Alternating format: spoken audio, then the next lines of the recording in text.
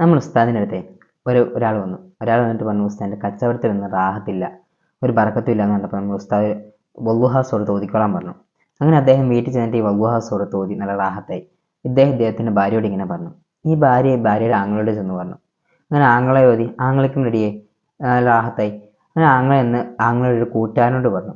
കൂട്ടുകാരൻ എന്ന് പറഞ്ഞാൽ കച്ചവടമൊക്കെ പൊട്ടി പാളീസായി പൂട്ടാൻ നിന്ന ആളാണ്. അദ്ദേഹത്തിനോട് പറഞ്ഞു. അദ്ദേഹം ഓതി, അദ്ദേഹത്തിന് കച്ചവടമൊക്കെ നല്ല സെറ്റായി. അങ്ങനെ പൊയ്ക്കൊണ്ടിരിക്കുക ഒരാൾ വന്നിട്ട് ഇയാളോട് ചോദിച്ചു, ഇങ്ങനെ ഓതാൻ നബി സല്ലല്ലാഹു അലൈഹി വസല്ലം പറഞ്ഞിട്ടുണ്ടോ എന്ന് ചോദിച്ചു. അത് ഖുർആനിൽ പറഞ്ഞിട്ടുണ്ടോ, ഹദീസിൽ പറഞ്ഞിട്ടുണ്ടോ എന്നൊക്കെ ചോദിച്ചു. അങ്ങനെ ഈ പൊട്ടി പാളീസായി പൂട്ടാൻ നിന്ന ആൾ ഇത് ഓതി നല്ല റാഹത്തായിട്ട് വന്നതാണ്. ഇദ്ദേഹത്തോട് വന്നാണ് നബി സല്ലല്ലാഹു അലൈഹി വസല്ലം പറഞ്ഞിട്ടുണ്ടോ എന്നൊക്കെ ചോദിക്കുന്നത്.